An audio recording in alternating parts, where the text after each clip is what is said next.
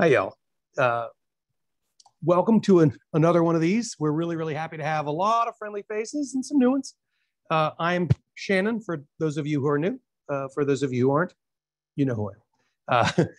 Thank you for doing our monthly installment of this virtual cocktail class. We've been doing this for, Claire, year and a half now. And we see a lot of familiar faces, and it's, like I've said before, this is so much fun.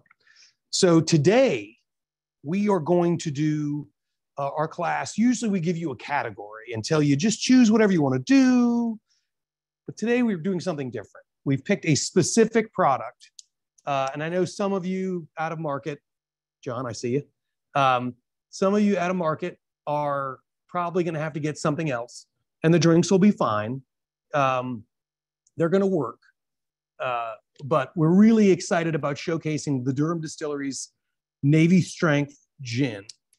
And we're going to build all of this other stuff into drinks that are really going to demonstrate how all of the things that you got in your kit really work well together. What we normally do is get the glassware out. One mistake before Uncle Danny calls me on it. He's not on it. Oh, I got away with it. So on your glassware, it says a 16-ounce hurricane glass. You really just want a Collins glass, one of these guys, tall, straight-sided glass, okay? And you're gonna need some way to make crushed ice, whether it's your refrigerator already does that for you, or you have a towel and a mallet, and you smash it yourself. All of these are options. So we're gonna get there for the last drink. But what I wanted to start with was the glassware. What we're going to do is either A, if you have room in your freezer, put the glasses in the freezer. This is a double old fashioned. You might think of it as a rocks glass or an old fashioned glass, but it's a double old fashioned. This little guy, that's actually an old fashioned glass. It's an old fashioned glass when things were smaller.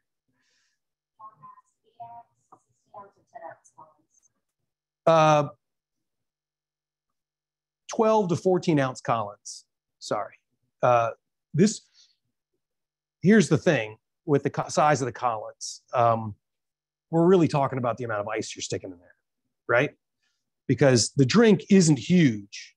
It's the amount of ice that will fit. So if you have a 10-ounce Collins, it's going to work. I think it's ideal around 12 ounces. 14 ounces, still going to work fine. Because really at that point, we're going to put the liquid in the glass, and then we're going to top it with ice and then swizzle. And then whatever ice fit in there is what ice fit in it. It's going to be delicious. Okay, so double old fashioned coupe. I usually use a slightly smaller coupe than this, but it's an away game for us. So this is a slightly larger one. I think this is closer to a 7.5 ounce. We usually do the 5.5 ounce size. So if you notice my fill line being a little low, it's going to be fine. It'll taste just perfect. And there's your Collins. John, to your point, I think this is like a 10-ounce Collins. Ideally, I would use something closer to 12. It's going to be great.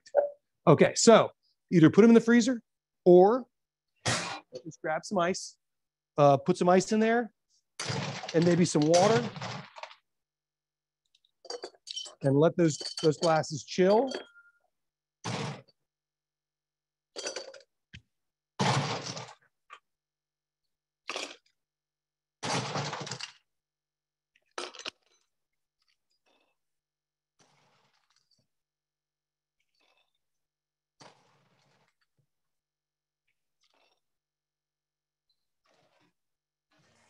I'm going to get some ice going on with these. Ooh.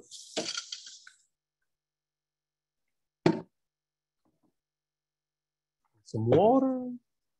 So these are going to be super chilly when we are ready for them. Good, and you're good. Okay, and then you see, I've got those single old fashions there. I think on your sheet it just says small glass. So we're going to call that a small glass. Well, why do we want a small glass?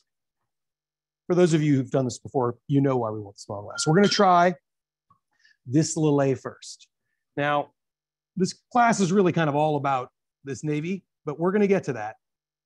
But just so you know what the Lillet is all about, those of you who are cheating on the Lillet, you might not get the full experience from this.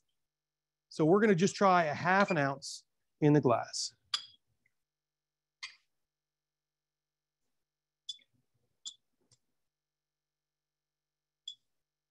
Okay.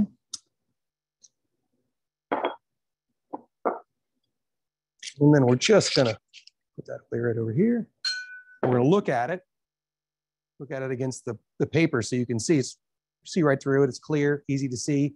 That when you blend the Lillet Blanc and the vermouth, it's probably going to be a little swirlier. It's not going to be as clear as this. And if you smell this, it's kind of soft, really soft, like powdery almost. But you can get those fruits. Now you expect it to be strawberry, like a bunch of strawberry, and there's strawberry in there. But you're really getting a lot of tree fruit, like apples and pears.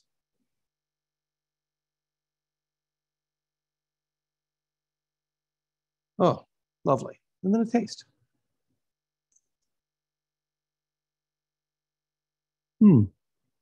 Just lovely. Now, there's certainly some residual sugar, right? There's some sweetness to it, but there's a good gripping acidity on there. So this is a really nice, balanced ingredient. I mean, Lillet, when they made these ingredients, this product, it's just like all the vermouth houses when they make those vermouths. They made them for people to drink. In America, we use them as modifiers. You know, they made vermouth so you would drink vermouth. We're like, yeah, that's great. I need that with my whiskey. So for this, I wanted you, like we always do, I really want you to taste the ingredient on its own first to see what it is before we start, you know, taking advantage of it. Just delicious. Okay, put that to the side right there. So we have on our menu a half ounce of lime in the second cocktail and a full ounce of lime in the second. So that's 1.5 ounces per person that's having these drinks. So I would recommend we do the juicing first, and that'll also give us a really good thing to do while we're all doing our juicing. We can take advantage of this little pause to introduce Lee Intrinsic. Can we get Lee on the? There he is. Hello. Lee is the distiller, or one of the distillers. I don't know how you all do this. Yeah. Lee and Melissa are responsible for Durham Distillery and the brains and blood, sweat, and tears behind the gins that we love so much. So this is our second Durham Distillery specific class in that year and a half. Mm-hmm. Two things I wanted Lee to speak about or address, and we'll pitch to Lee. Hopefully he's sticking around making these cocktails with us. All my stuff here, so I'm ready. Oh, outstanding. Outstanding. So what I wanted you to kind of address while the rest of us are juicing, two things. What fit of craziness made you and Melissa think that opening a gin distillery in North Carolina was a good idea? And then after you answer that question, the most common, maybe you could give us the long and the short answer to the following question. Like the long answer, so we know the real answer. The short answer, so as those of us who like to explain this to other people have a quicker way to do it. What is the difference between, how do you describe the difference between the Navy and the American Dry? Because a lot of people come in and they love your products and they're like, oh, I love the Conniption. I'll have a Conniption. Okay, which one do you want? Because they are very different. Okay, so start with, please, what fit of craziness? Yeah. So my wife and I were driving home from a anniversary trip in 2013. And she is a digital marketer. I am a pharmaceutical chemist. We've always had this idea to kind of go into business and like start our own business. She got me into gin 20 years ago. And on one of these anniversary trips, we were driving home from Savannah. Now, everyone knows North Carolina ABC selections may not be the greatest for gin or any other spirit, but when we would travel, we'd go to these places and get different bottles of gin that we couldn't get here. So we used to always make it a thing of that. And when we were driving home, just out of nowhere, she kind of said like, "Hey, why don't we open a gin distillery?" To which I basically laughed at her. We, here we are like 7-8 years later. But I think it was basically once we settled down with the initial kind of shock of that we realized we had, kind of this great tangential skill set to go into business together and do this. So that was one of the things we saw was lacking from North Carolina spirits was really a good gin. You'll notice a lot of distilleries get into to making spirits because they want to make whiskey, and gin and vodka and things like that. Or sorry, my cat's gonna be walking by here, but yeah. But gin is kind of an afterthought a lot of times, and we went into this to make gin. So we spent a long time developing these recipes.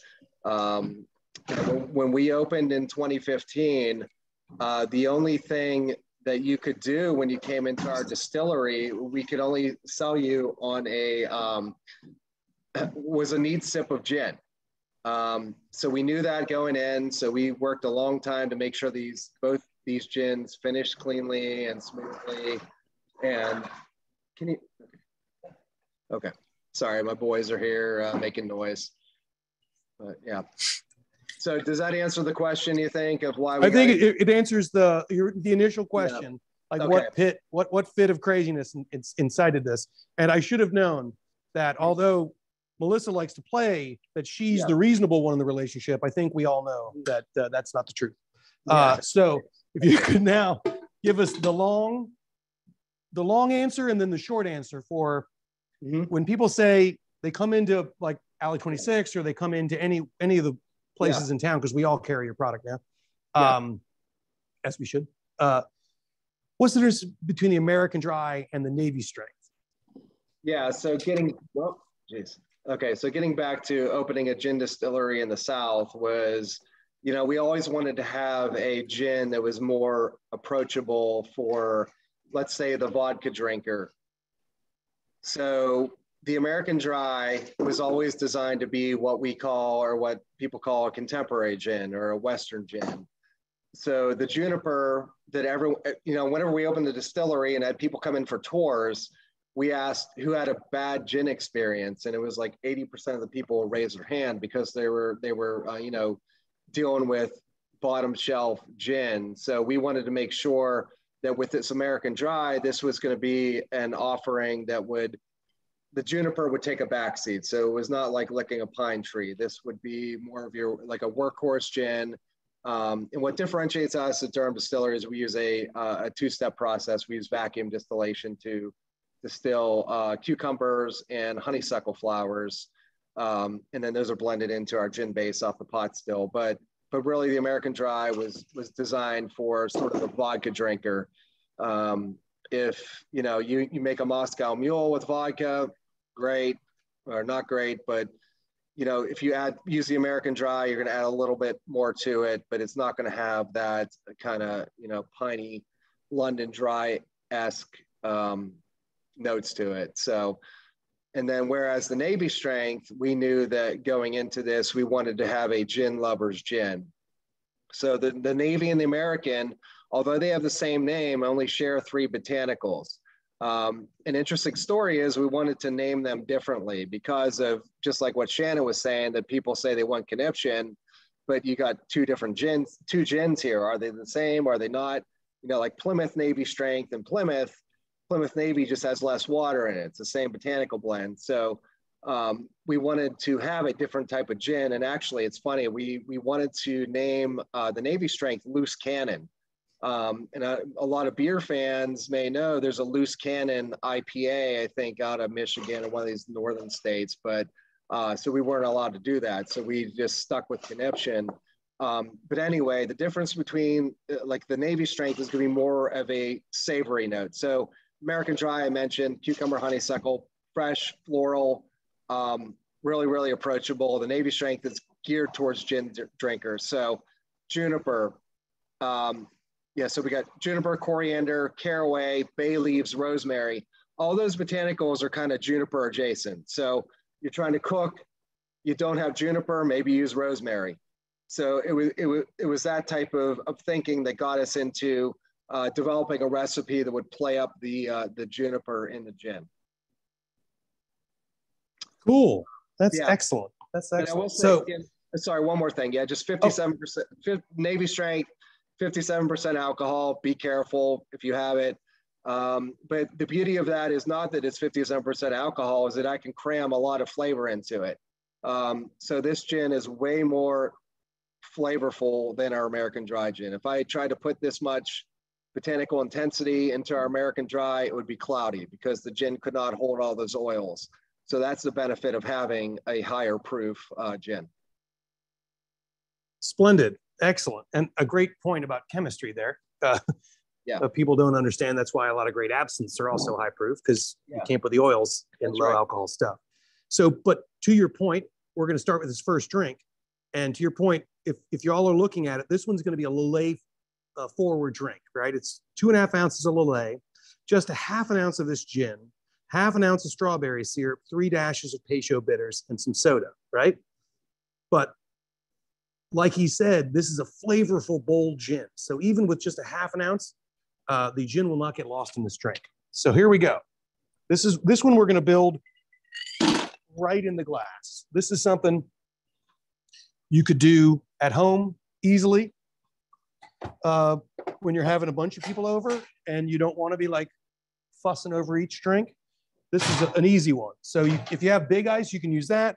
Otherwise, as always, just use good cold ice, right?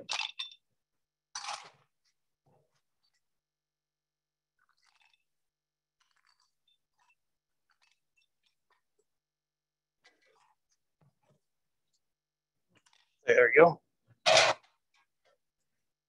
Okay, so a lot of times I build, you remember, from the littlest thing up.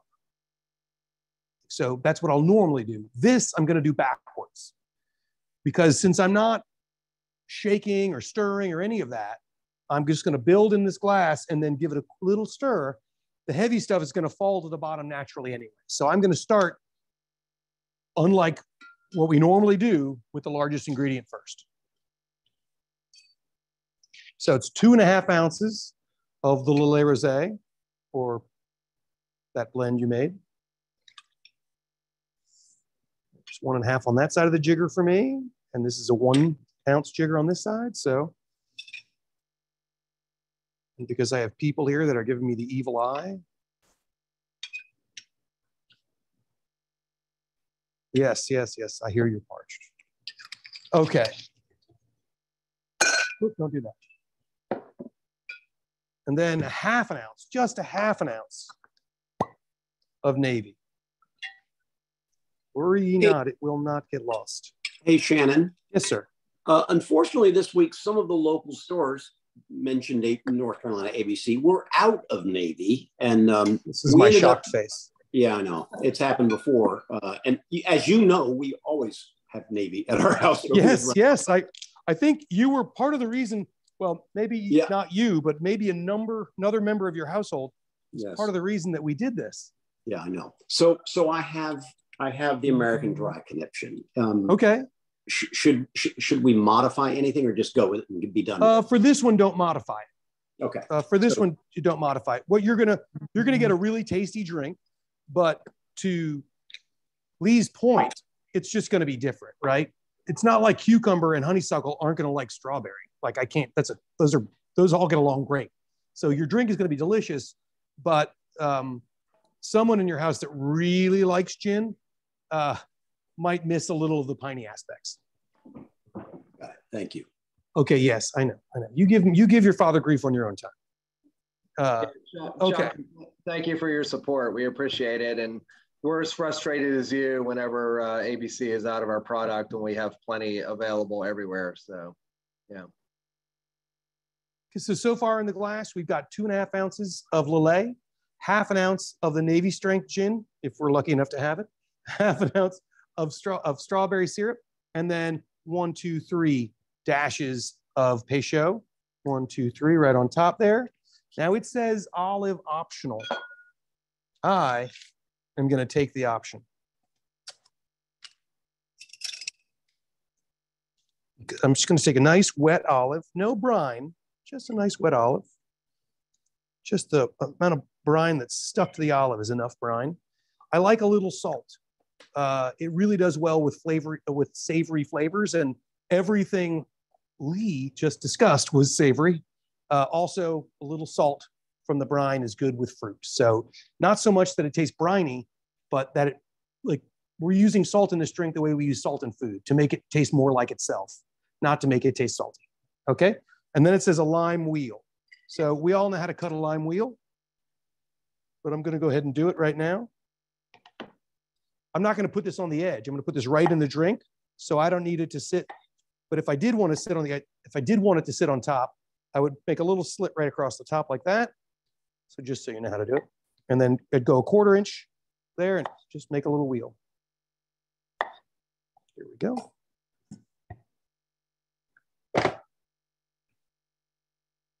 Oh, there's more lime wheels in the drink after this. I'm just going to go ahead and cut 2 more lime wheels.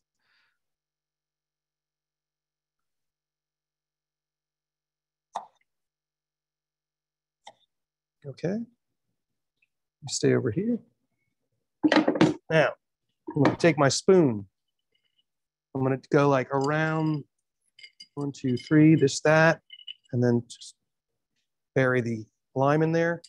1, 2, 3, and bury the lime in there, and then voila, Bob's your uncle. Now smell that? Hey Shannon, did you add club soda? What was that? I did not. I did not. I got impatient. Yeah, that's good. Okay, so sorry about that. We're going to top this with just a little club soda. Now, when I'm shaking a drink and then I'm using club soda, I usually put the soda at the bottom. But because we were stirring this drink, I just wanted to put it on the top. And then I forgot to put it in. So there you go. Okay, hopefully you got enough bubbles in there to help pull the nose out of the glass.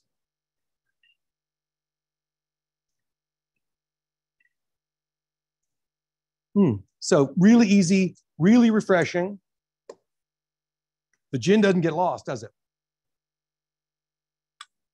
No, you can definitely still taste the conniption even with that small amount.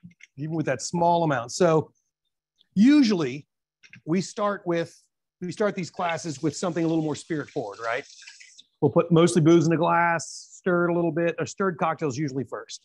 But I didn't add a stirred cocktail this time, because this is delicious. I think I put a martini recipe on there, did I? Maybe not. So I put martini recipes on previous gin classes. You can use this for that. Another thing I really love to do, if you want a stirred gin cocktail, is do 1 ounce of this and 1 ounce of the American Dry together with 3/4 of an ounce of dry vermouth, I think, and a twist. I love that drink. I don't think they'd intended for you to blend their gins together, but I love them together. But for this class, I didn't think we really needed to showcase the drink solo like that, since the flavor is going to come through. And if you really like gin, and if you really like this gin, go ahead and make yourself a spirit forward cocktail with it. But I'm trying to show you how you can actually use this in a way that is not incredibly overwhelming. The velvet glove on the bottom, like I think 2 in, is, I have a sheet over here. I can just reference it. Yes, velvet glove coupe is basically a martini variation. I've dialed the gin back just a little bit because you're using 114 proof gin. That would actually be good with the watermelon instead of the cantaloupe. Chuck, I'm looking at you. Oh, okay. Anybody have any thoughts, comments, concerns, questions for either myself about this drink, or we got Lee on the phone here. We can go ahead and throw any question you want to him. Yeah, I will delicious. Say, I will say, Shannon, this is really refreshing, really nice. I'm like most people. I try to go do a more spirit forward drink with a Navy or Negronis. But this is really nice. Well, thanks. I like sometimes when I'm talking to my bartenders, I always say this kind of the same idea. Like you have to figure out if you have an ingredient, like how can you make a drink with it being the star of the show? Like, how can you make a drink with that ingredient being like an important part of the chorus? Yeah. Or how can you make a drink with that being just an accent? So I was hoping I'm hoping we pull that off today. I'm hoping like this one, it's an accent, but it's there. Yeah. And then it'll get a little more important as you go. Yep. So Shannon, why is it called Navy Strength? I mean, how did it get that name? Okay. I'm glad you asked. I will try to explain it, and then I will also let Lee correct me if I'm full of it, because bartenders, we tend to make shit up. Right. So Navy Strength is because 57.1 originally, but 57% alcohol, although historians are now arguing that number now. They're saying it's close to 54, but 57.1 was established as proof. So when you hear of rums, especially going over proof, they mean over 57.1. 57.1% alcohol used to be 100 proof before the Americans got involved and decided to change the numbers to make them more easy. So when proof was a European or an English thing, 100 proof was 57.1% alcohol. And there's about 6 different versions of a story about why Navy Strength gets the derivation. I'm going to give you my favorite 2. So one is that if you pour liquid on gunpowder, you can't light it, right? So in order to prove to the sailors and the officers in the case of gin that they were getting their rations worth when rum was a thing that was rationed to sailors and gin, the officers, it was given to them at proof, because if you just keep adding water, as Lee alluded to earlier, where the difference between Plymouth and Plymouth Navy is just the amount of water added, they're not actually getting, their allotment worth, their rations worth, because you stretch it with water. So in order to prove the strength of it to the enlisted folks, they would put some water on gunpowder, and if it lit, that means they were getting their rations worth. If it was below that, it wouldn't light. They'd know the mess officer was probably stealing their booze and trying to backwater and like you did in your dad's liquor cabinet. The other one is a little more simple. There's limited storage on a ship. And if you have low alcohol spirits or even ale or whatever, and it mixes with the gunpowder, all of a sudden you don't have gunpowder. But if all of the things that could leak on the gunpowder are actually not going to mess the gunpowder up, it's safer if you get into a battle and you still, need gunpowder.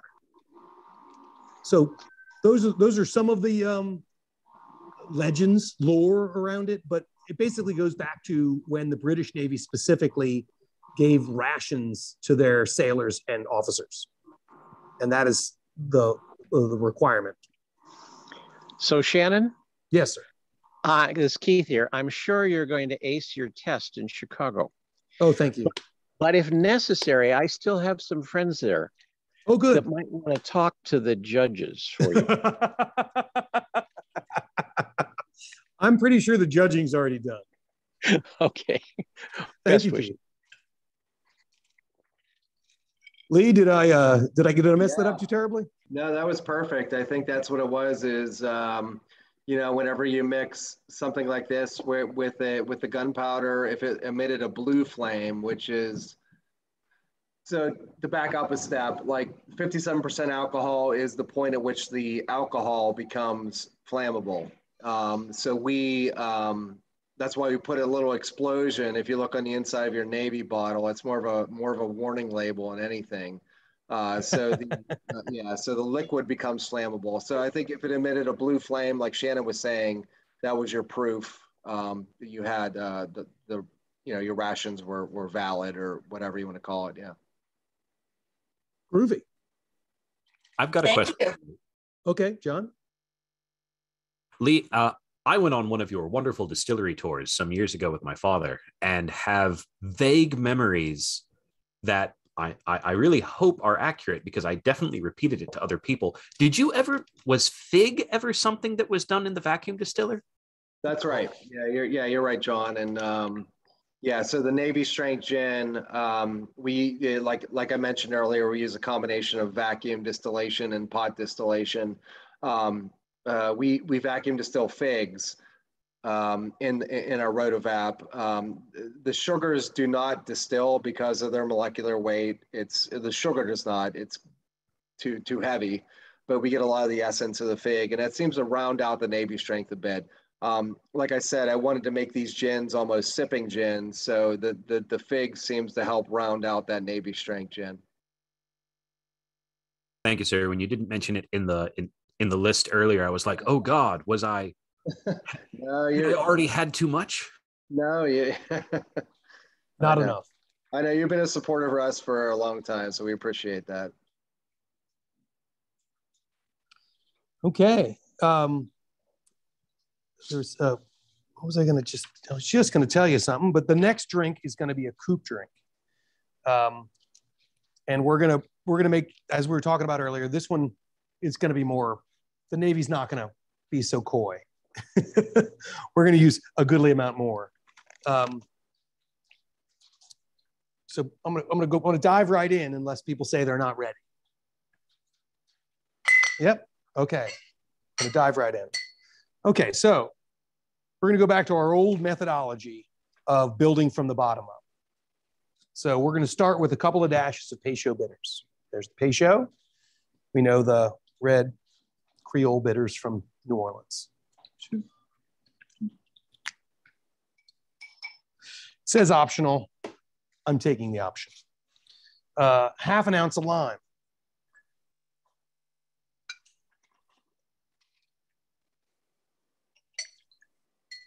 Normally I like to do the acid after the syrup, but got a little flummoxed, so there it is. Okay, 1/4 ounce of strawberry.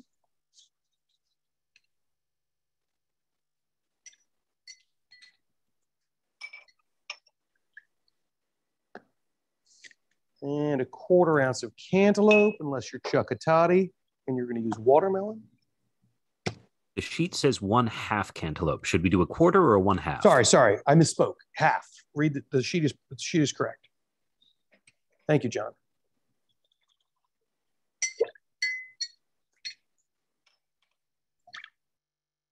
And John, that was the sexiest NPR voice I've heard in a while.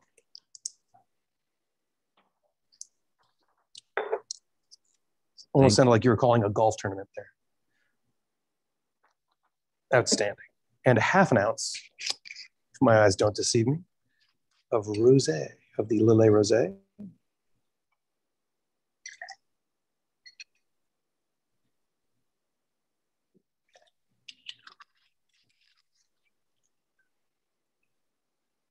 There. And then last but not least, the full shot, 1.5 ounces of the Navy strength Conniption.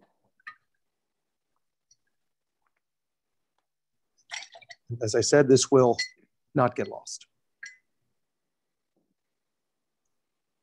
There we go.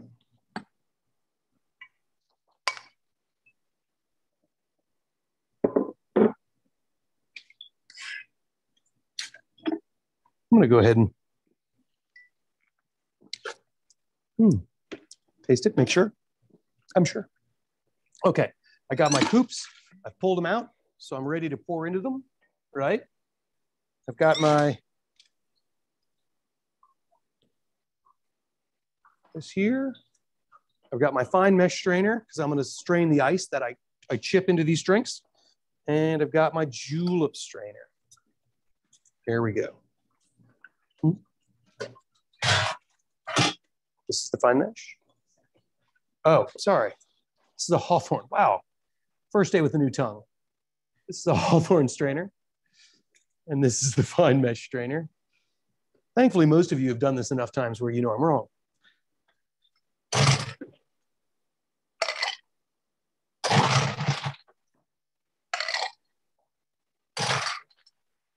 Okay, goodly amount of ice. And we're gonna shake our drinks.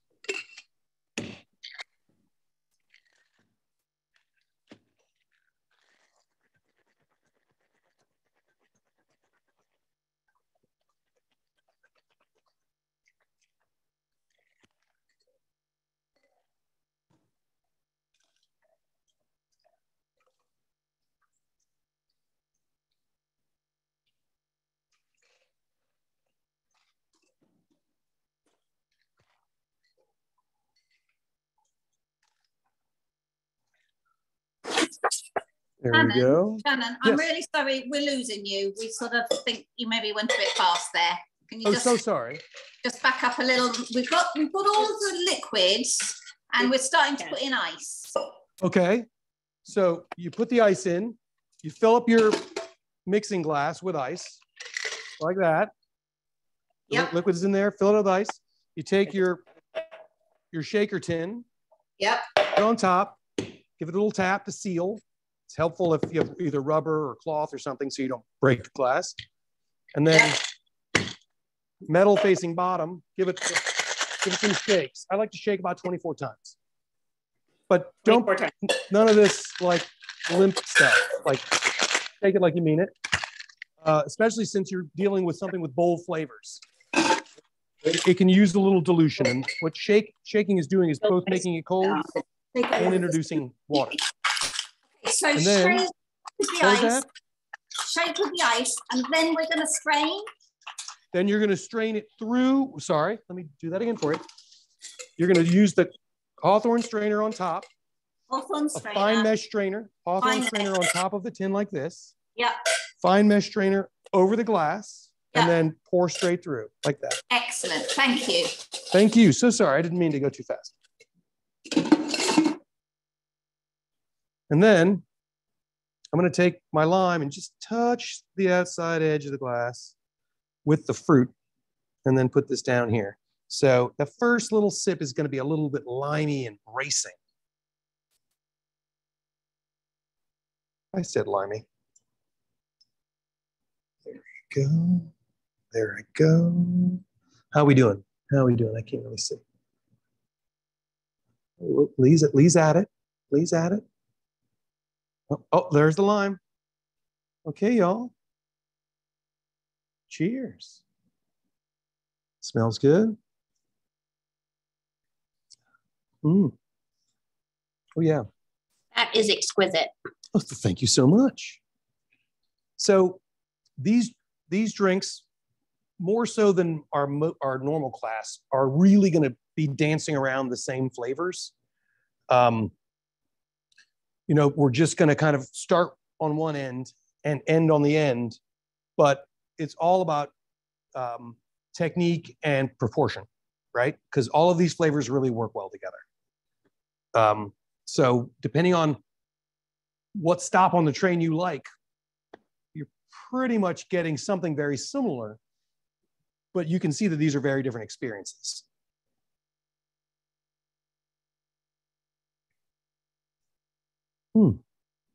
Oh, yeah. Cantaloupe is there, but so subtle. It's so good. Yeah. But you know it's there. Like this is a ginny cocktail. On the nose more almost than the palate. Lee, how are we doing? Oh, I love it. It's great. Yeah, any of these cocktails that can, you know, highlight the Navy strength, you know, it's great. It's funny, you know, a lot of times I never thought of the Navy strength as being more of I never thought of it as being a kind of spring, summer type gin, but when you get experts like Shannon and, people know what they're doing, they can turn the gin into something you can enjoy year round. Well, thank you. That's sweet of you. Also, this gin loves watermelon. So Yeah. I think Chuck's doing well. Yep. Oh, I'm glad. Yes. The watermelon was going to work, but we used watermelon in our last class, didn't we? So yeah, watermelon, especially this time of year, I love watermelon and just about anything. But watermelon and this gin in particular, I really do like. Which I think I might have cheated in one of the extra recipes. Did I introduce watermelon in one of them? Maybe I didn't. The thing about this gin, one of the many things about this gin, and one of the reasons I really love it, is usually, I have a few extra ingredients for y'all, or a few extra drink rather. Just really can't get the words out right today. And I swear, I just started drinking. Maybe does to you, to all of us. Yeah, right. So what I really like about the gin is that I could have given you 40 more drinks. Like it's really a lovely gin. And this is a story that I believe Lee's had to sit through a couple of dozen times. Oh, that's funny. You should put the watermelon video up. So when I first met Lee and Melissa, they came in and sat down at the bar and told me they were going to open up this gin distillery, and they were just so sweet. They didn't really explain to me that he's a chemist by trade and that she has an amazing palate for gin. So I didn't really know that about them. So we chatted. I loved meeting them, but I honestly were like, those people are so nice. I'm just not going to buy their gin though. Because, we don't buy gin because people are nice. We buy it because it's excellent. And then the gins came out and I tasted them both and I was just shocked at how great they were. The Navy strength, I like more than the other Navy strengths that were on the market. And those are big names. And then even the American Dry, which is not, it may not be what I think of as gin, but it's an important category. And I put it right next to kind of the founder of the category, Hendrix. And I had, just to make sure, Lee and I weren't having a bromance, I had 3 of my employees try it blind, and all 3 of them liked the Navy more than Hendrix. The American, yeah. Oh, sorry, like the American more than the Hendrix. I told you, the words are wrong today. Yeah, that's right. But so yeah, I really love these gins a lot, and this Navy strength was kind of a game changer because trying to do craft cocktails in North Carolina is very, very hard because, as Lee alluded to earlier, and those of us who live here and like to drink are well aware, especially those of us on this call, the ABC is incompetent, and we're trying to do craft cocktails, and certain whole categories are just missing. They're just not there. So when Lee started making, when Lee and Melissa, I should say, started making a Navy strength gin that was undeniably world class and we could get, it was a game changer. Yeah. And we still appreciate it. Yeah, it's kind of crazy. Like when we decided to do this, we knew of establishments like Shannon. Shannon's like an OG person in Durham, and a lot of these other establishments started popping up. Like they're world-class chefs, bartenders, whatever. And Melissa and I looked at each other. It's like if we make a shitty gin in this city, we can't do it. Like that's why we spent so much time to make sure that we had good products for these, super talented mixologists, restaurant, whatever you want to call them, we're able to, to use. That was really what drove us to make sure we had good gins. So, yeah. And now we're thrilled that Shannon is a James Beard nominated, owner, a bar program for his bar program, which is really should be celebrated. He's the only one in this state that's ever been nominated for it. So Yeah, I hope you guys all realize who you're on Zoom with here. So I think they got it. yeah. Thank you, Lee. That's very sweet of you. Yeah. We're just trying to keep track. You're trying to keep up. You know, I can't count all the medals y'all for winning. Yeah. So any questions about the gin or the last cocktail? Okay, I'm not hearing any questions yet. So I'm going to ask a question just to stall so we don't drink 3 Navy strength cocktails in 25 minutes. Okay, great. But one question I wanted to get Lee to answer that I get a lot is, I mentioned this is the second time we featured Conniption on one of these. The first was that amazing barrel strength gin. And we had Lee and Melissa on the Zoom call that time too.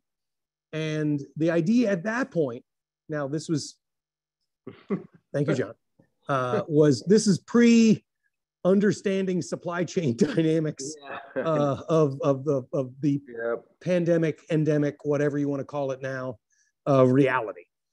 But at that point, the idea was an annual release of, like, I knew then that I wasn't going to get you to make the same barrel strength gin twice, which I was just a little bit heartbroken about because I'm hoarding it now.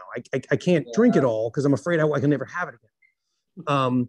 So what about the barrel strength program? Because I get asked that question as much as anything else at the bar. Yeah, it's a good question. And I'm sure most of you know that, you know, supply chain issues, we had a hard time getting glass bottles. You may have seen our pandemic pivot bottles. We used our vodka bottles and put gin in them, basically. Yep, John's got one, all right. So it's been really challenging for us. So with the barrel release, we had planned on doing one every year. Our first one was 2020, the one that Shannon's alluding to. But with the supply chain, we could not, when we got bottles, we could not put them towards our barrel rested gin because of, we needed to be able to fill orders and such for the Navy, for the Americans. So we kind of put that on pause for now. But I think now we have our bottle situation figured out. So we've got, 100,000 bottles sitting in Michigan right now, ready to be screen printed with anything we want.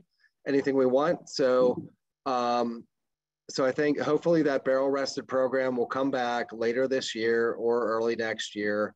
The first one we did was, sorry, my cat's here. I don't blame him for liking gin. I do too. I know. We have 3 cats. One of them is named Juniper, if you're wondering. Anyway, so we're hoping this year we can get back on the barrel program.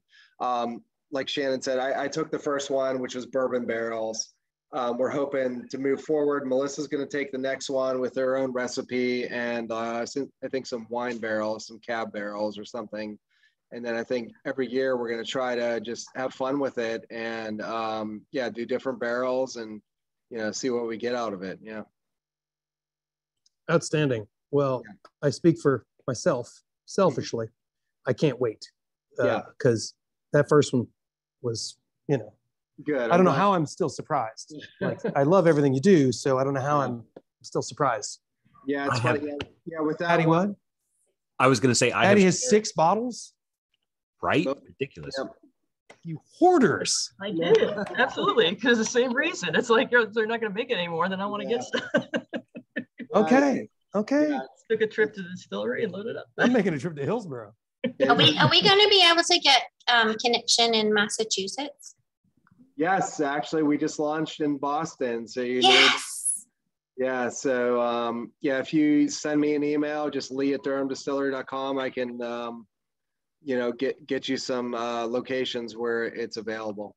Thank you. Yep, sure. And Lee, I have to say, I have shared the barrel aged stuff with gin drinking friends, with whiskey drinking friends, and it has surprised everyone with just how tasty it is. Good. I'm glad. I mean, that's the challenge with the barrel rested gin is to make it still be a gin, right? I mean, a lot of people overage their gins, so it's just a whiskey, really. So we only aged it for 10 months. Like I tasted it every month, making sure it was perfect. And yeah, 10 months seemed to be the sweet spot for that one. And yeah, I'm glad you enjoyed it, John. Thank you. Lee, did it just remind me if this is the nonsense that I'm telling people. So if I'm wrong, please stop me. Did you add more juniper to the batch of the barrel strength to make sure it came through on the other end than you do in the normal Navy? Yeah, we had heard from, like, we've taken a lot of distilling classes and such, and just talking with colleagues that the juniper seems to get kind of muted in the barrel. So we definitely upped the juniper and the citrus a bit for the barrel rested gin. Outstanding.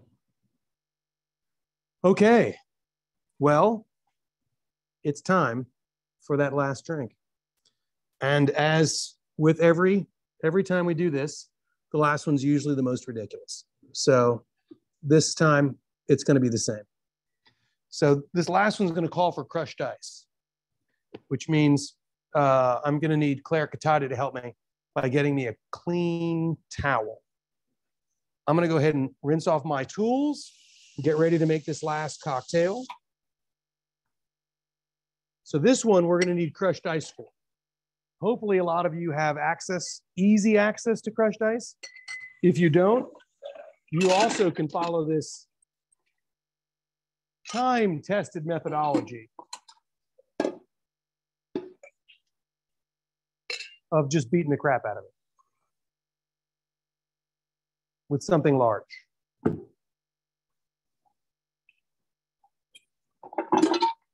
Yeah, they are kind of small. I'm not sure it's big enough. Yeah, it's a little small. I might have to do this a couple of times, but it's okay. It's amusing to watch the old man throw the hammer. Yeah, it looks like a movie prop from the Avengers. Captain America. Sorry, that's the length of breath. Oh yeah, that's what I want. Look at that. Okay, let's hope we don't rip this in half. Okay, I'm going to take a towel. If you have a nice dish towel, maybe not a terry one, that's not going to, put a lot of cloth into your ice. But a nice clean's important, towel.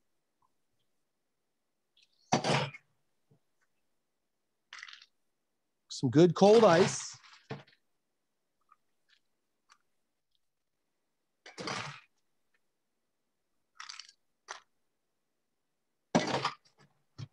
I really should wait to do this, but I'm going to do it right now.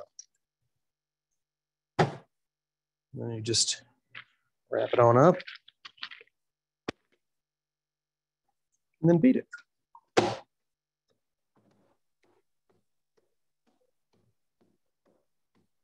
Thor's hammer. Mjolnir. This is so lovely. I need one of these.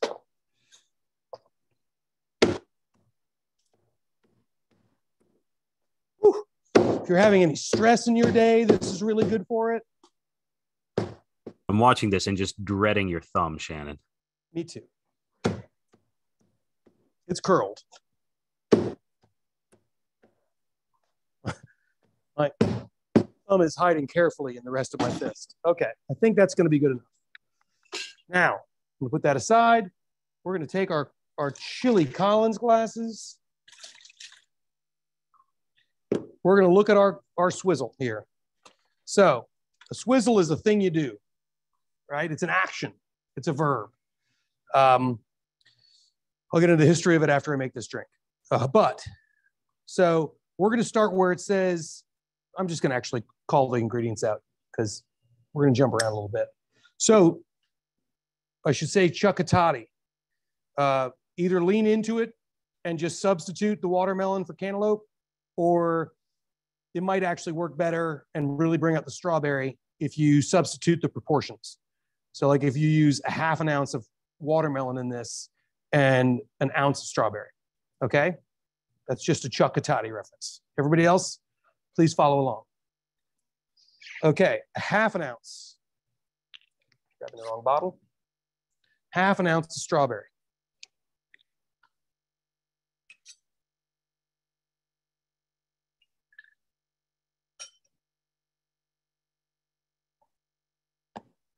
Okay. We're going to keep that handy because we're going to use that real soon. An ounce of cantaloupe.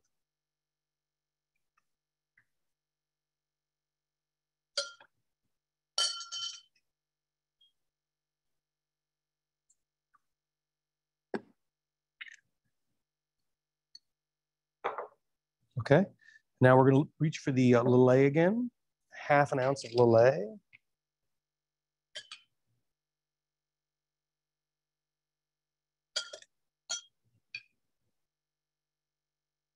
And just like we talked about when we tasted it, that kind of soft pear apple thing going on just works as a good supporting flavor. And then lime, an ounce of lime.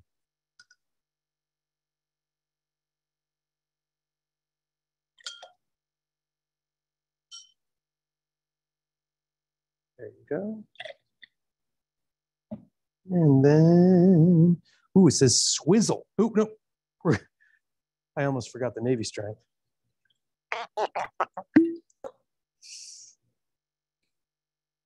Okay, an ounce and a half of Navy strength. Does everybody have everything in the glass?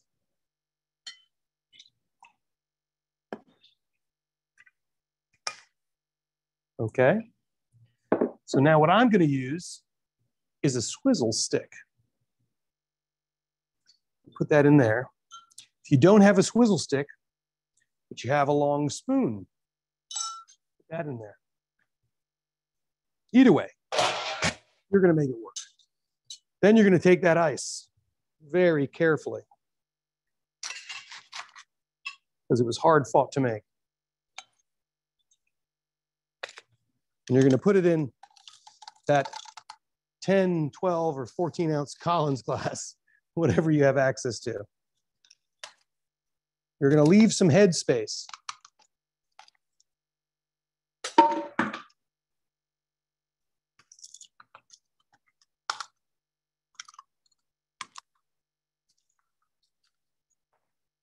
Come on. Okay.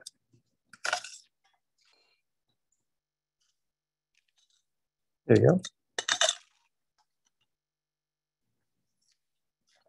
There we go.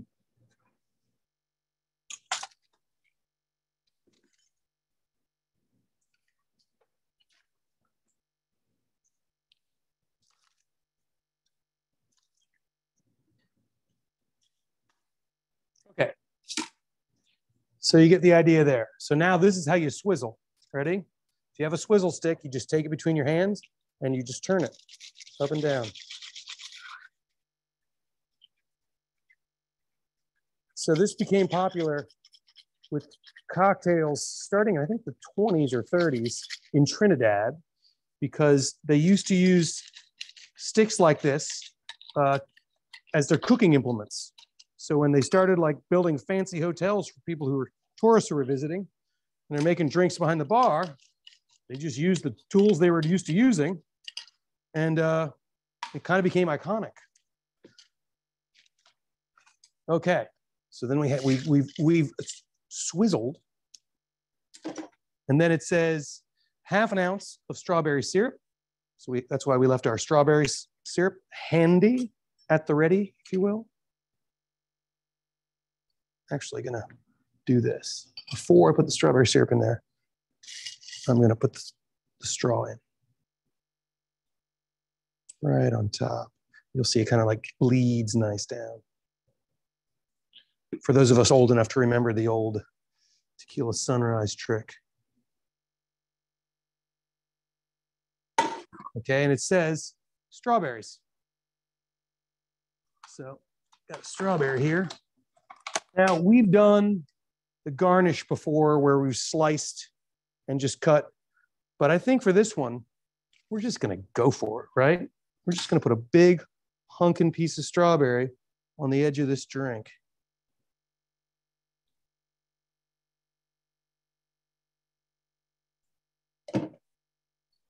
There you go, just like that.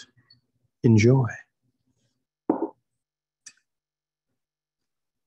Any questions? Did I throw anybody there? I want to smell it first. Here's the thing, 70% of flavor, if taste, is actually smell. So you put something like a fresh strawberry on the rim of a glass, it's just wonderful.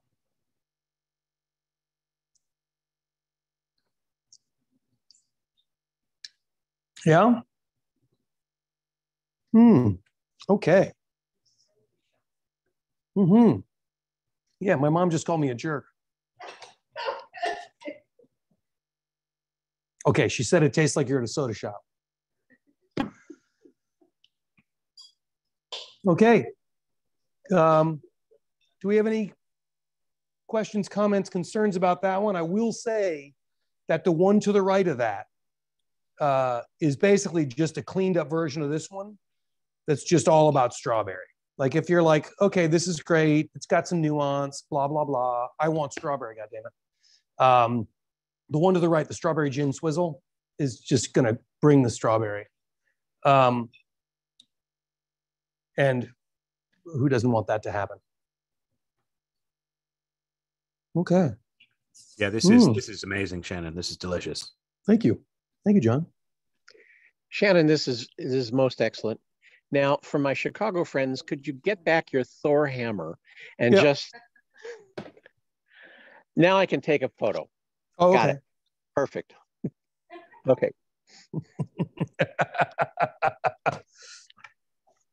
You can tell I'm a Teddy Roosevelt acolyte.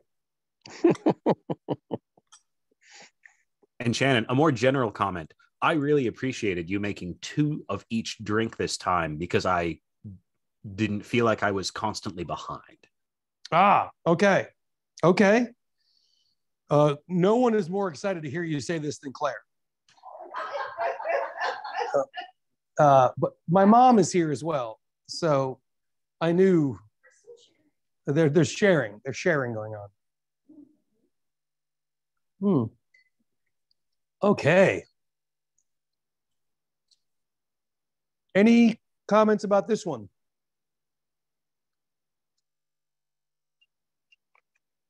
So the gin is in there.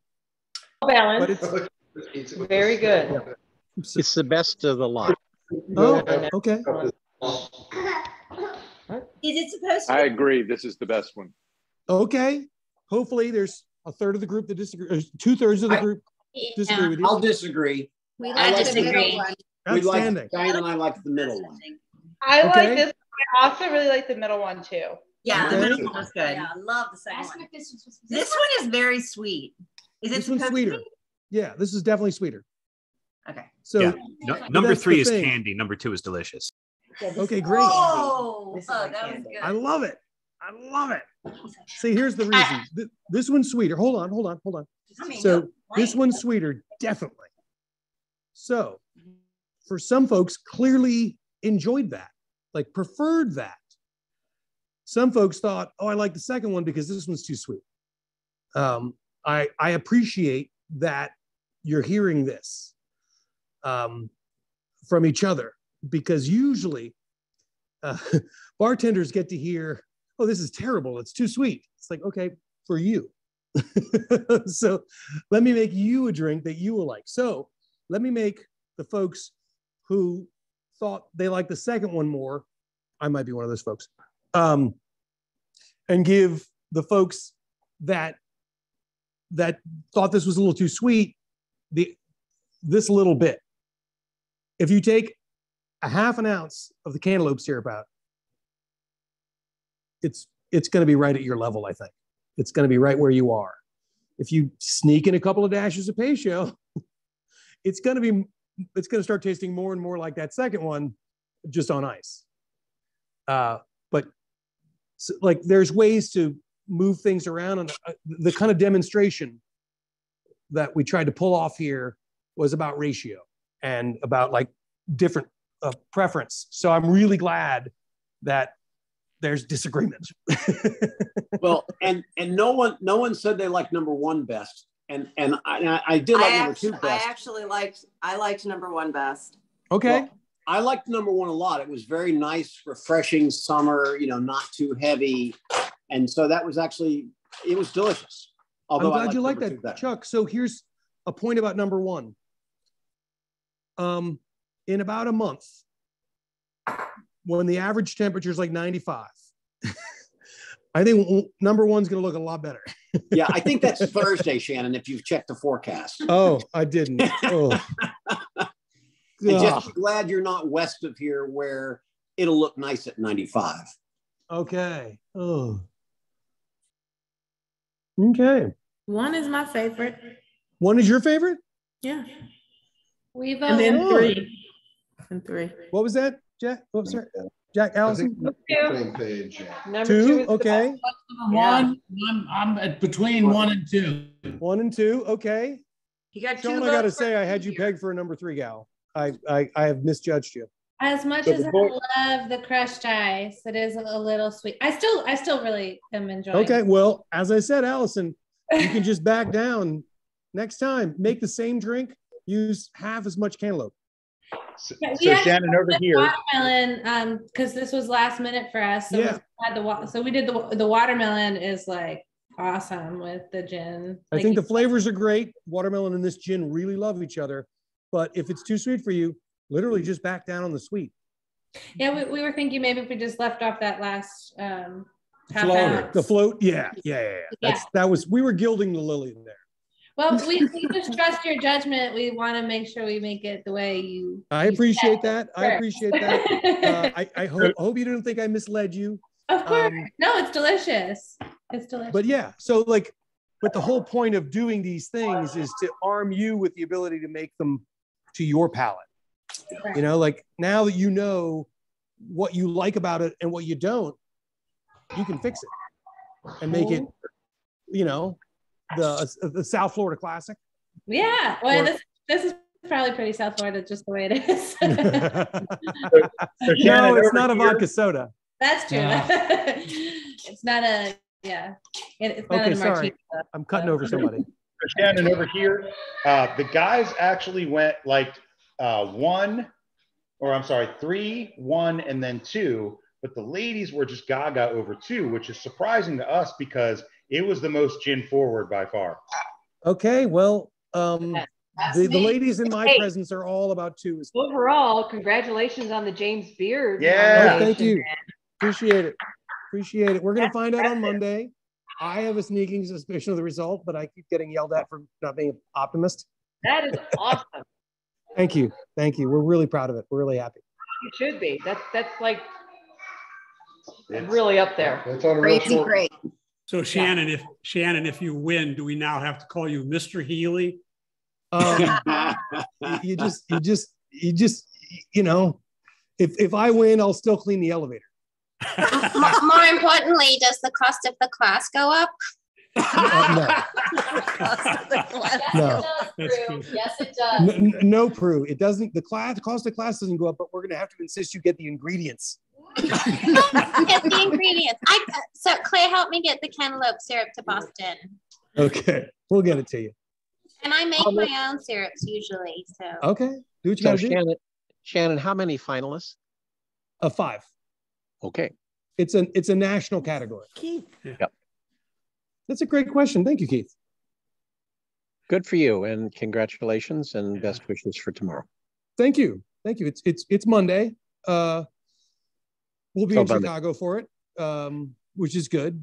I don't need to see all the local folks don't need to see me weeping. I'm gonna stream it. Don't you worry. Okay. I didn't know that was a thing. Hey, Yeah. Sorry. I want to ask, so we only had the Lillet Blanc, and it was great. Do you think it really made a difference? We don't know what we don't know. What would have been different with the rosé? Well, the fruit. So there's just a little more soft fruit, soft red elements of fruit. Like, so do you drink rosé wine? Yes, all the time. Okay. All the Okay, is there a difference between that and white wine? Yeah, okay, if that's Okay, how to there you look at go. it, okay. Because when we were buying it, the guy was like, what are you making? And we told him the ingredients and he goes, oh, the Blanc is fine. So I thought maybe it was just a color thing. No, I don't do color things. Okay. I know you don't, but from a James Beard guy, he doesn't do color. No, it's all good. It's all good. The aesthetics is important. And, you know, I'm sure the drink was delicious because the product is close. Like, I'm not going to try to oversell the difference. But yeah, I mean, if you ask me, is there a difference? Yeah, I chose this product on purpose. Yeah. But do I think you made a good drink? I think you did. And especially if you think you did, doesn't matter what I think. And we like 2. Oh, you like 2? Okay, Yeah. great. 2's the hit. So Shannon, now that you've got us hooked on naval strength, of the 9 other drinks, which would you add to the top list of 3 to make next? Okay, let's look at these 9 other drinks real quick. I'm just going to give you like a couple of seconds on all of these. Then we're going to, if I get stumped about the use of Navy specifically, we're going to pitch it back to Lee. I'm not going to take his entire night up. Okay, on the top row, as a general rule, which I am clearly about to break, if you look at cocktail 1 or 2 or 3 and go to the right, it's kind of riffs on the same idea, right? That's a general rule. I'm about to break the rule. Okay, so number 1, that's smooth sailing, clearly an aperitivo, kind of sparkling, easy, crushable cocktail. The next one is the same idea, but we've dialed down the Lillet and added some Brut, which you know we love to do. Same kind of idea, still that olive, that's optional, but take the option. Still in the double old fashioned, but for those of you who like wine, and I hope that's all of you, the view from here is also lovely. Next one up is more of a riff on just a sparkling cocktail, like a French 75 version cocktail. So that's 4 ounces of Brut, half an ounce of Lillet Rosé. I'm talking about the Rose in June. Half an ounce of the syrup and just a 1/4 ounce of Navy. And you're basically flipping a French 75 on its head with the modifiers there. And just the Navy is going to come through, and those little juniper notes are nice. And it's basically going to act as a solvent. It's going to take those sweeter things and dry them out. Okay, the last one's strawberry sparkler. So if you're in the mood for something during the day and you don't want to get in too much trouble, that's a nice one. Cocktail number 2, the USS Acadia. I don't think anybody got the joke. The next one is the Love Boat, which was the nickname of the USS Acadia in the first Gulf War. It was the USS Acadia was the ship that 36% of the female service folks on the ship were pregnant. So they had to return to the United States because they can't have almost half the crew pregnant. And over half the pregnancies occurred after they deployed. So they called it the Love Boat. It was a big scandal. It was in the news. It's kind of funny. So the Love Boat is like that. If you like number 2, Love Boat is just an egg white variation. So just letting you know that you could really make that an egg white cocktail, basically as is, but take the Peychaud bitters out and just do 6 drops right on top, or don't take the Peychaud bitters out and add 6 drops right on top, depending on your palate. Strawberry gin and tonic, you know what that means. Strawberry margarita doesn't even have gin in it, but seriously, it's a strawberry margarita. Next, the bottom line, we have the Creedmoor Swizzle. Called it Creedmoor because we source these strawberries from Lion Farms in Creedmoor. That's why we called it the Creedmoor Swizzle. We really love the folks at Lion Farms. They do a great job. And the strawberries this year are stupid good. So if you haven't made it to a farmer's market this year, are there still strawberries in the market? If there's still strawberries in the market, get them. they still do. If you pick still, if you can get Lion Farm strawberries this year, like last year they were fine. This year they're amazing. So Creedmoor Swizzle is just named after Lion Farms being in Creedmoor. Strawberry Swizzle is just like all about strawberry. For those of you who thought the last drink was too sweet, just go with 3/4 of an ounce of strawberry syrup instead of 1.5 ounces. You're going to love it. It's going to be great. Velvet Glove, it's the old Burgundy reference, you know, the iron fist in the velvet glove. So this is Navy strength gin. So this is a pretty soft Navy strength gin cocktail, but it's still Navy strength gin. So you have a few of these, you're going to know. I really like that spin on a martini where you're using, instead of dry vermouth, you're using Lillet Rosé, or if you just have Lillet, go ahead, and cantaloupe syrup, because the Navy strength gin is dry enough to kind of handle that. And if it isn't, sneak in a dash of bitters, but I think it is. And I like the olive in that drink, a good olive that you wouldn't mind eating, not that cheap thing with the red thing stuffed in the middle, but like a Castelvetrano or something nice where you like the brine. And as long as the olive is still wet when you put it in, it's just enough salt to kind of really make that delicious. So I like this one with an olive and a twist. So the lemon brightness on top and the olive for the salinity, and also, as my dad used to say, never drink on an empty stomach. Always eat the olive first. And the last drink in the corner, ¿Qué es eso? Or what is this? Is basically that strawberry margarita with the cantaloupe. And as I mentioned earlier, that cantaloupe syrup, I like it a lot, but it's very subtle. So in this drink, you're not going to know, oh, that's cantaloupe, but it's going to be really good. So it's a good team player in this drink. But it doesn't, it's not so identifiably cantaloupe. So that's why I called it, what is this? To answer your question in the longest way possible, it all depends on what mood you're in. Shannon, can you speak for a minute to the difference between a coupe and a grand coupe? Size. I mean, how much bigger is a grand coupe is what I was asking. So okay, I'm going to consider a coupe 7 or less ounces, closer, usually between 4.5 to 6.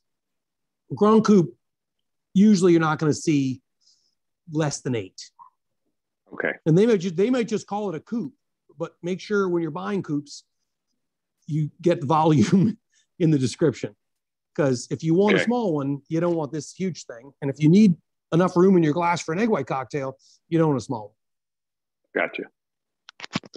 So Dan, for daytime drinking, this is how chemistry makes your life better. Oh, okay. I need to go back to chemistry school. I think it might be late. I think the business school just has your heart.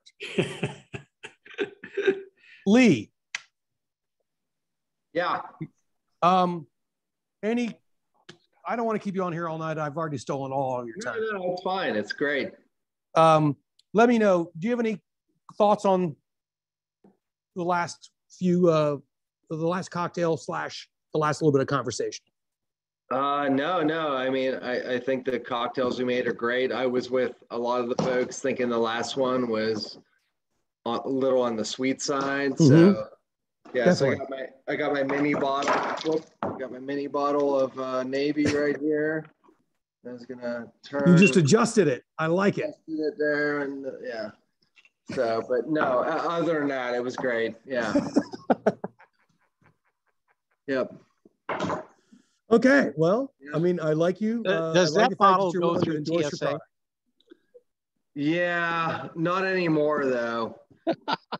Yeah, so like pre-COVID, I used to, like it was not well known, but you could bring a couple mini bottles on a plane with you and order tonic water, and then dump that in your tonic water. But I think anymore they'll put you in zip ties and pull you off the plane.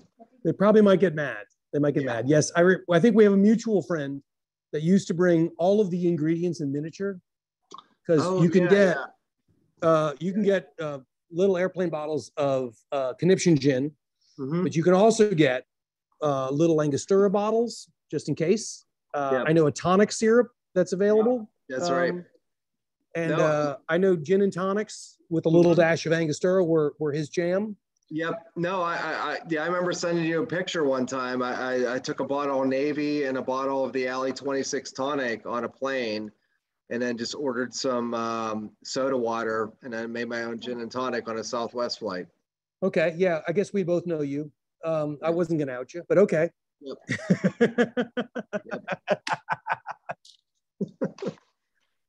Okay. Well, do we have any more questions, comments I before we have wrap? one question if you Yes, have time. please, Prue. I'm curious about the swizzle technique. I don't Yeah. have an ice that makes, I don't have a fridge that makes crushed ice. I did make it tonight because I didn't have Okay. it ready last time. Okay. And I don't have straws at home. And I find that the crushed ice makes it slower to drink when you don't have a straw. But is there a purpose to that technique? Like, is there a reason that some Yeah, it's drinks just different fizzled? way to integrate the cocktail. Okay, but Like- I could shake that cocktail and pour it over ice or neat in a coupe or something. It's all about, yeah, you could if you have to, but you might crushed ice is fun. B, why don't you get yourself a metal straw? You just have one straw. Okay. You don't have to throw it away. Add it to my list. Add it to your list. One metal straw, and then if you're feeling really saucy, you can get yourself a Swizzle stick because it's just so much fun. But yeah, there is a reason. It's so that, like, I think in the day they would build a lot of cocktails, just a whole lot of them, because for banquets and stuff, and people would come in and because in Cuba they do this mojitos. It's all built in a glass except for the soda, and they just literally put a little ice and some soda on it, hand it to you. In Trinidad, which I believe is where Swizzle sticks are from, they would just do that to integrate the drink because it was all built and heavy on the bottom. It's just a way to mix things up without shaking it first before putting it on ice. It helps with dilution. One could argue that if you're going to put anything on small format ice, you're clearly not worried about dilution. Thank you. Of course, Prudence. Shannon. Yes. You gave some earlier, you were talking about like alternatives or maybe like recipes for a good martini with the navel strength. And can you say it again? Because I missed it. Okay, a couple of different ones. And I will defer to Lee if he has ones he'd like to share. But for me, if you're, crazy, kooky, I don't want to say Diane Catati, but if you're out there and you just want a lot of Navy strength gin in the glass, you could just make 2 ounces of Navy strength gin. I would have to put a full ounce of vermouth in there and then stir. What I really love, however, is splitting the gin base. So 1 ounce of Navy and 1 ounce of Conniption American Dry, 3/4 of an ounce of dry gin, stir. I like both of these cocktails with a simple twist of lemon, of course. Yeah, and I like the second one because you buy 2 bottles of. yeah, I figured you might. No, I mean, I had tried for years to try to recreate what Shannon did with. He did an event with us one time where he did the martini with the Navy and the American and some vermouth, and it was fantastic. So, but yeah, I think the Navy is great if you like dirty martinis. Do not try a dirty martini with the American Dry. I like that sounds terrible. Yeah, I like my martinis with a twist of lemon. So I think either of those gins is great with that. Mm-hmm. Okay. Any more questions before we wrap this up? So will Lee be coming back in like December or January with his damn fine mocha to help us do some hot toddies? Sure, that'd be great. Outstanding. Outstanding. Okay, cool. Thank you very much for roping him in. Anytime anybody else can give him grief instead of me, I like it. Of course. I've got a quick question, if you don't mind. Please. You just mentioned don't try a martini with just the American dry. Why is that? I never said that. No. Don't try dirty martini. A dirty, yeah. A dirty martini. That was it. Why is that? Well, you can drop a few olives in there, but do not put any brine with the American dry, and do not do a dirty martini because you're not going to be happy with that. The Navy Strength with its botanical intensity can handle the brine. And it actually plays really nicely with a dirty martini. So that's all it was. Of just a warning. Yeah. The brine is going to overpower. Yeah, the brine just overpowers the. Yeah, exactly. Yep. I understand. It's more of a delicate gin, so yeah, you don't want to dump a bunch of salt water in there. Perfect. Appreciate it. It's a great point.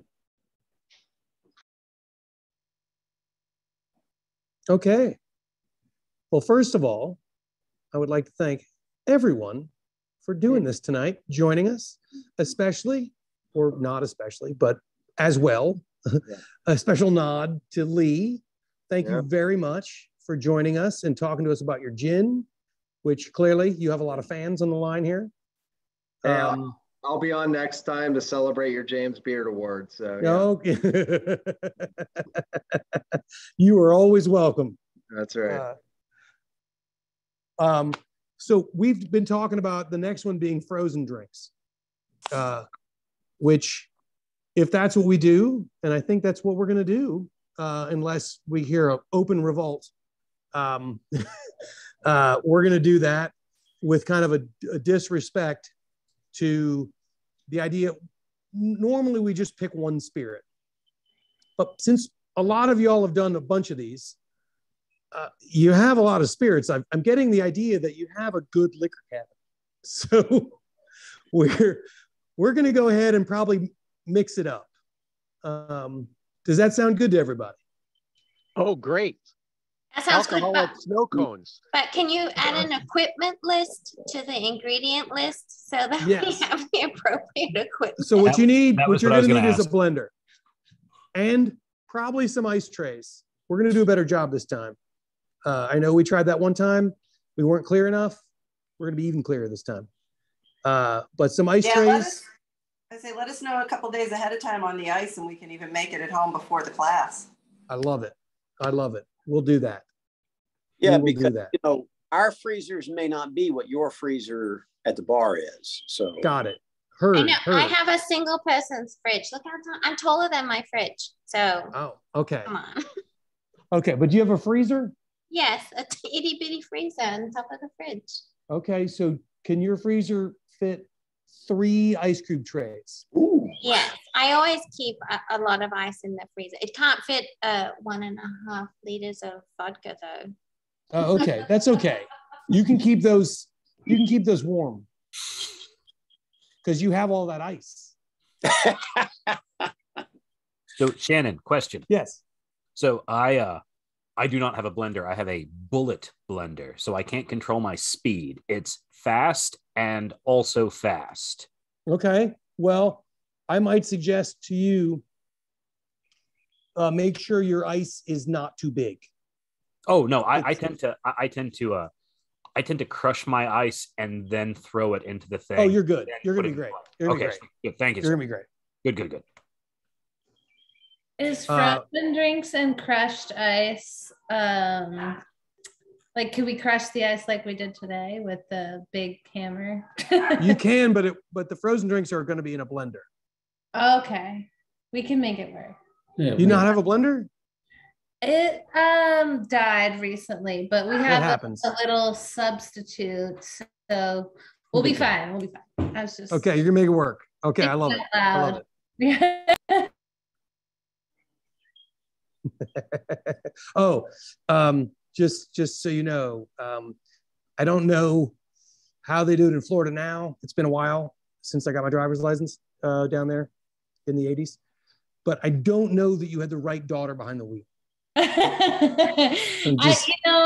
We've been hoping that Bella would drive first, but it was just whatever. It's got to be what it is. It's gotta be, yeah. You got to pick the responsible one. As long as one of them is driving the other and it leaves us out of the equation, we're good with that. Yeah. That's some seasoned parenthood right there. But yeah, in Florida, I'm sure Madeline could get her license if she wanted. Yeah. We're gonna take them both at the same time. Okay, great. They're 12 years apart. Sounds good. Okay. Is Lee still on the line? What was that? Is Lee still on the line? Lee, are you still there? I am here. Yes. Go ahead. Thank you very much to your social media person for suggesting that orange chocolate cocktail on the on the Facebooks. It looks delicious, and I'm planning on making that with your damn fine chocolate tomorrow night, because tonight, yeah, I'm mellow. Yes, yeah. We do these Navy strength classes, and yeah, it doesn't go well afterward. When you keep making Navy strength cocktails all night, you're going to be in trouble the next morning. Yeah. True enough. Yeah. True enough. Okay. Well, once again, I certainly appreciate. What was that? Thank you. Oh, thank you, Prudence. Thank you all for tuning in. Really appreciate it. It is lovely to see. Thank you, Shannon. Thank you. We wish you the best at the James Beard. I appreciate that. We wish we could be there to cheer you on. Well, it'll be a lot of good, a lot of fun. Regardless, we're feeling like we already won. Just being nominated. Anyway, thank you so much. Thank you, everybody. Really appreciate it. Can't wait to see y'all soon at the bar, online, wherever it is. Okay, thank you so much. Thanks, Shannon. Good night. Peace, Claire. Bye.